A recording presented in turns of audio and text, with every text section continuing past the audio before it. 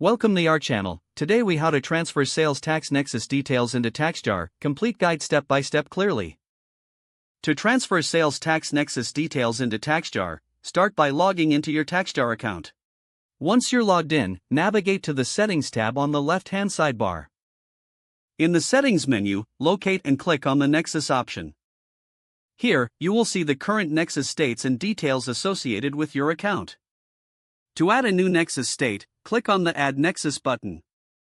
Select the state where you wish to establish Nexus.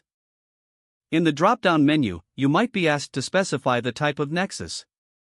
Choose whether it's a physical presence, economic Nexus, or another type relevant to your business. After selecting the type, input the relevant details, such as the start date for this Nexus. Ensure you review the information for accuracy before proceeding.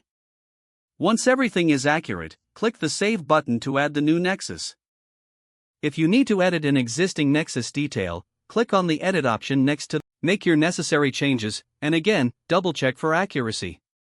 Save your changes by clicking the Update button. For any states you are no longer operating in, click the Remove button next to those states. Confirm the removal when prompted to ensure your Nexus details remain accurate. You can always return to the Nexus section to review all your entries. It's important to regularly update your Nexus details as your business grows. Once you've finished, log out of your TaxJar account to ensure security. By following these steps, you'll successfully transfer your sales tax Nexus details into TaxJar.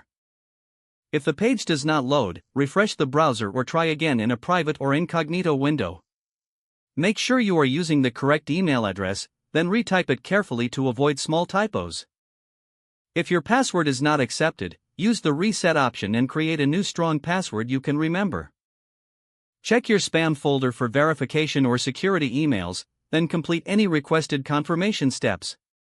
Enable two-factor authentication if available to improve account security and reduce unauthorized access risk. After signing in, review your profile details so your contact information and settings are accurate and current. If you see an error message, note it down and try again after restarting your device and internet connection. Log out when you finish, especially on shared devices, to keep your account and payment information secure. Don't forget to like this video and subscribe to our channel for more step-by-step tech guides.